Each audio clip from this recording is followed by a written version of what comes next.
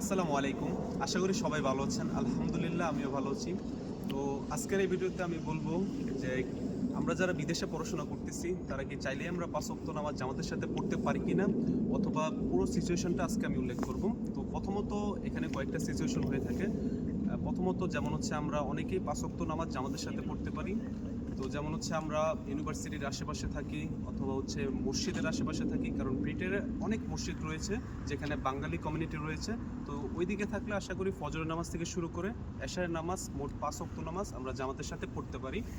তো এখানে দ্বিতীয় দৃশ্যপট হচ্ছে আমরা অনেকে জামাতের সাথে পড়তে পারি, কিন্তু কথা হচ্ছে সেটা দিনে ২ থেকে ৩ ওয়াক্ত। তো সেই ক্ষেত্রে হচ্ছে আমরা যেমন আমাদের ইউনিভার্সিটিতে এর প্রেক্ষাপট রয়েছেন, আমরা যখন ইউনিভার্সিটিতে আসি তো ইউনিভার্সিটিতে যেমন হচ্ছে আমরা সবাই একসাথে থাকি, তখন আমরা জোহরের নামাজ, এরপর হচ্ছে আসরের নামাজ, মাগরিবের নামাজ, কখনো কখনো যখন নাকি রাত্র ক্লাস থাকে তখন এশার নামাজ আমরা জামাতের সাথে পড়তে পারি।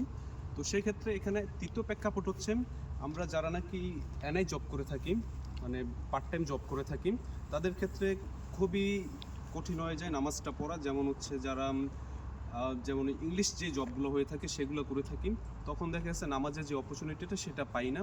এবং হচ্ছে আমরা এরকম স্থানে কাজ করি যেখান থেকে আমাদের মসজিদের দূরত্ব খুবই বেশি, যার কারণে আমরা প্রতিনিয়ত নামাজটা জামাতের সাথে পড়তে পারি না।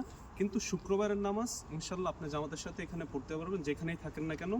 তো এই হচ্ছে এখান থেকে বর্তমান প্রেক্ষাপট ব্রিটেন থেকে। কিন্তু সবার ক্ষেত্রে যে এমন হবে তাও কিন্তু না, স্থান অনুযায়ী দৃশ্যপট প্রেক্ষাপট পরিবর্তন হতে পারে। তো সেই ক্ষেত্রে যেখানে আসবেন না কেন আপনি ইউনিভার্সিটি নির্বাচন করবেন, নির্বাচনের আগে দেখবেন আশেপাশে মসজিদ আছে কিনা, কারণ মসজিদ যেখানে আছে, ইসলামিক কমিউনিটি যেখানে আছে, আপনার ইসলাম পালন করা তত সহজ হবে। তো ইনশাল্লাহ পরবর্তী ভিডিওতে দেখা হবে। আজকে এতটুকুই। আসসালামু আলাইকুম ওয়া রাহমাতুল্লাহ।